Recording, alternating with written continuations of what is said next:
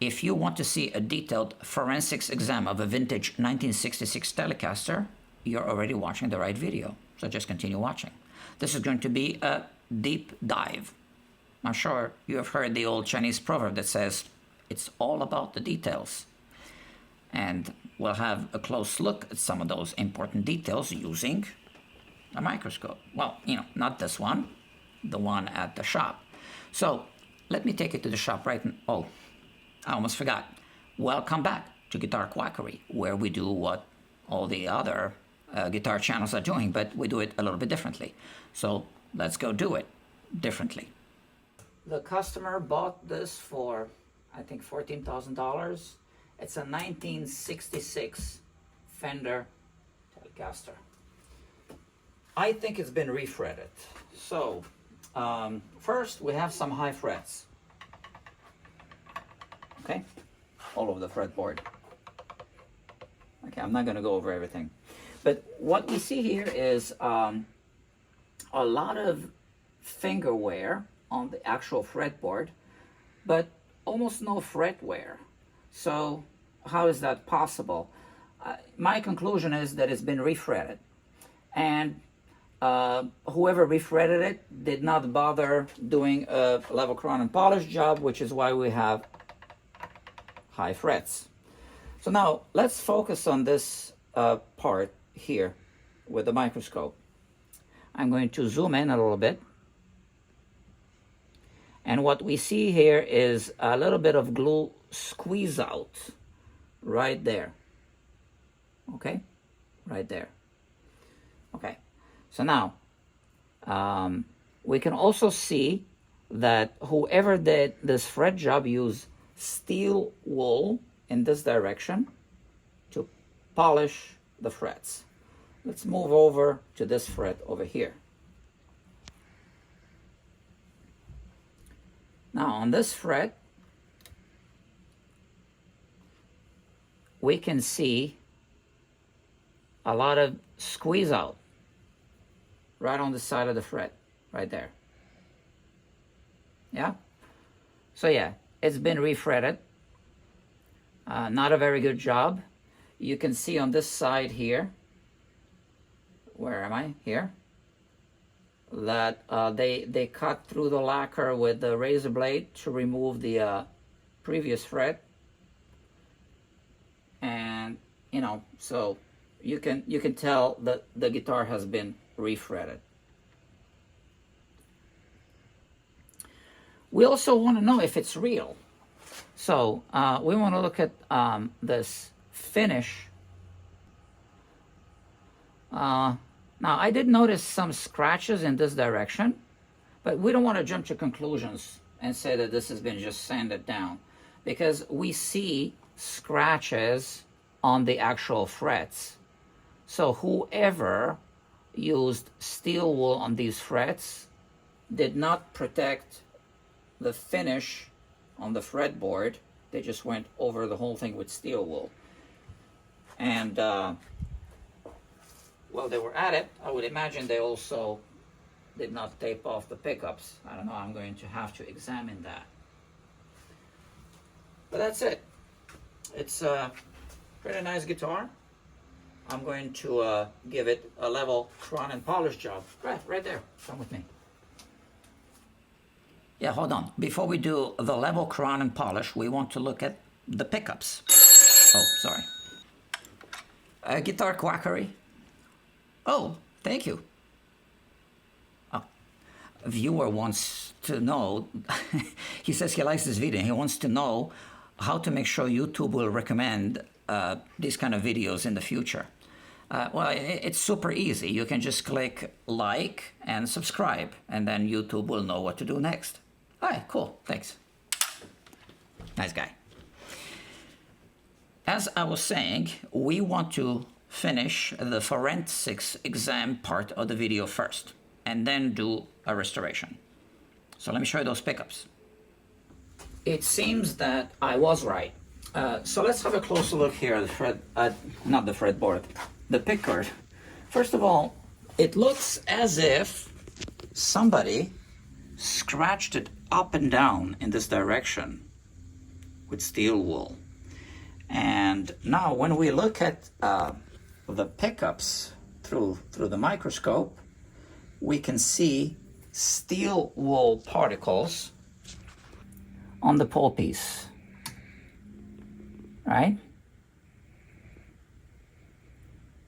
So they are all around the pole pieces, right? You can clearly see them on the side of the pole piece.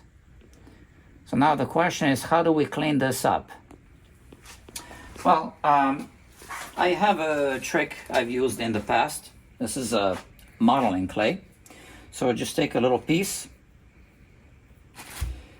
and it's gonna pick up any small particles. So let's look under the microscope.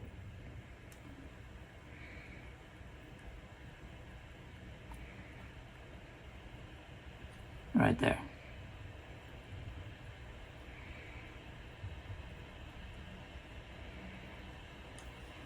All right, so let's focus. Okay. It's a tedious job, but we can go all around the pole piece, all of them, and pick up all the particles. Of course, you just need to change these every so often, and that's it. So I'm going to be able to clean up the pickups.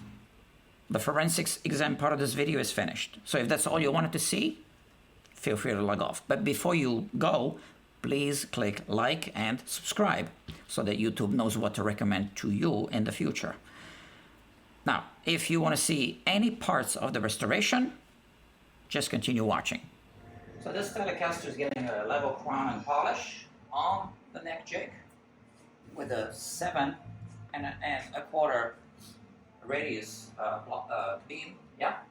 So if we have a closer look here on the fretboard, we can see that the frets were over radiused.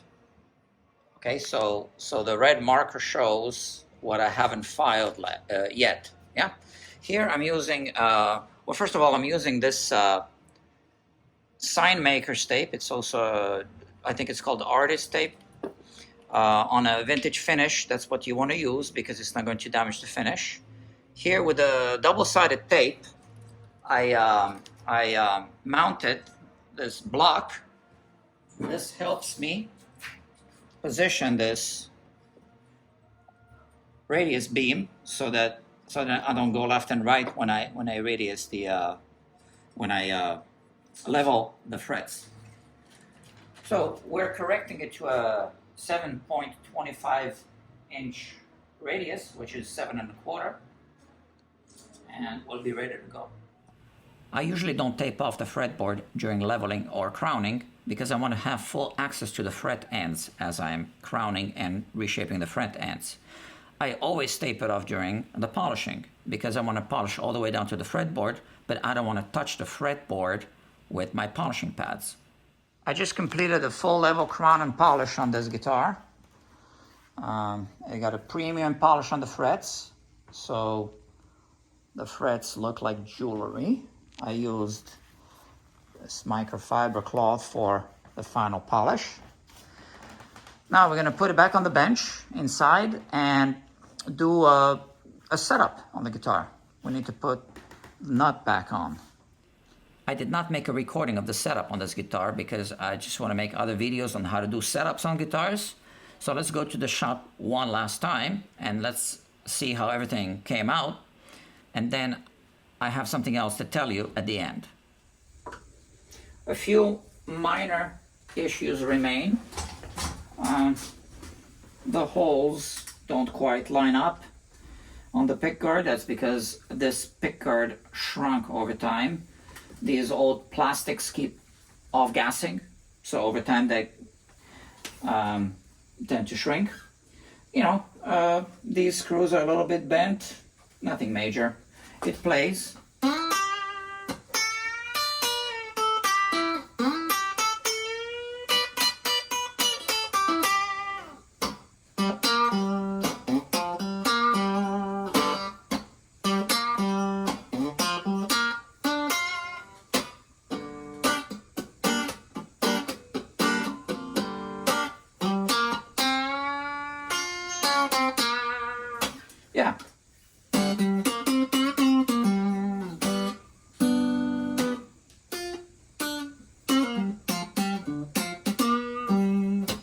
gonna take it home.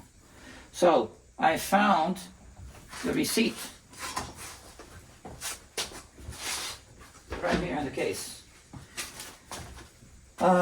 This is how much the customer paid for this guitar. $12,520.63. It was purchased on January 13th, 22. Yeah. I thought it was 14,000. Well, that's how much they declared the value for insurance purposes.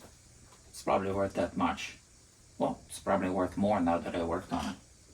Hopefully. Okay, we're done with the guitar, but I do want to share one additional piece of information. If you are running a repair shop, you have to be mindful of your costs of running the business. The biggest expense of running any business is the cost of occupying the space where you do your business. So for example, if it happens to be the other way around, in other words, if you work through another company, you will get paid an hourly wage plus commissions. So if it takes you longer to finish a job, you don't take a financial hit because you get paid your hourly wage. But if it takes you longer to finish a job at your own shop, it actually costs you out of your own pocket. And that's because obviously you have to pay for rent or the mortgage or whatever. So you can't afford to take longer to finish repair orders. And this brings me to an important point. I personally can bang out guitar setups and repairs in very little time to keep myself profitable. But when I add the challenge of making YouTube videos of my own work, it takes me at least 5 times longer to wrap up every project. So I'm not going to bore you with all the details why it takes longer, but I will say that if you feel that you benefit from my videos, then it would also be in your best interest to help me monetize this channel so that I can keep doing this. And you don't even have to send me any money. If you just click like, share, and subscribe, this channel will grow and automatically monetize itself. But if you do want to pitch in financially a little bit, you can click the link that says buy me a coffee, and you can also support this work on Patreon, and you can also buy some Guitar Quackery merch by clicking the link below. Thank you, and until next time, make sure you find the time to play a guitar instead of just binge watching Guitar Quackery videos on YouTube.